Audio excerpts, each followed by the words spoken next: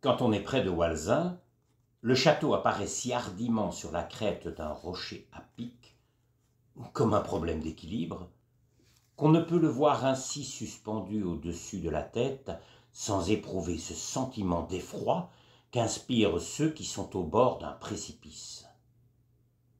Le château, qui fait ainsi corps avec le rocher, la Lesse qui en baigne le pied et qui retombe en cascade, les ruines du château de Cavrennes, élevées, dit-on, par les Templiers, tout cela réuni forme un tableau aussi intéressant qu'imposant, que des milliers d'artistes ont dessiné ou rendu sur la toile.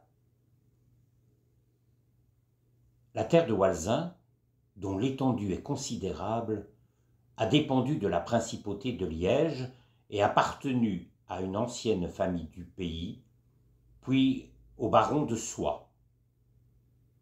Elle est passée dans la maison des comtes de Hamal. L'existence du château de Walsin daterait de l'an 1000 ou 1100. Pour visiter le domaine de Sa Majesté à Ardennes, il faut quitter le cours de la Lesse, assez long et de difficile accès, le passer à Walsin, se diriger sur Furfaux et se rendre à Celles. Pour passer la Lesse, il faut appeler le meunier ou la meunière de Walsin, qui viendront vous chercher dans leur nacelle.